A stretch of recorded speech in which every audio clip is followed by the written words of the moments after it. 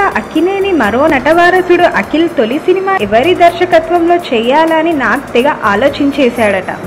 ఇప్పటికే చాలా కథలు విన్నా కూడా పూరి, దేవకట్ట, విక్రమ్ కుమార్, రాజమౌళి ఇలా పలు దర్శకుల పేర్లు వినిపించాయి. కానీ ఫైనల్గా అల్లుడు సీను చిత్ర దర్శకుడు వినాయక్ ఓకే అయినట్టు తెలుస్తుంది. వివి వినాయక్ దర్శకత్వంలో అఖిల్ తొలి సినిమా నిర్మించాలని నాగ్ ప్లాన్ చేస్తున్నాడట.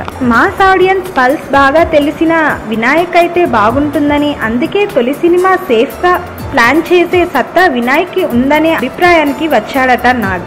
ప్రస్తుతం వివి వినాయక్తో నాగ్ చర్చలు జరుపుతున్నాడని ఫిలిం నగర్ టాక్.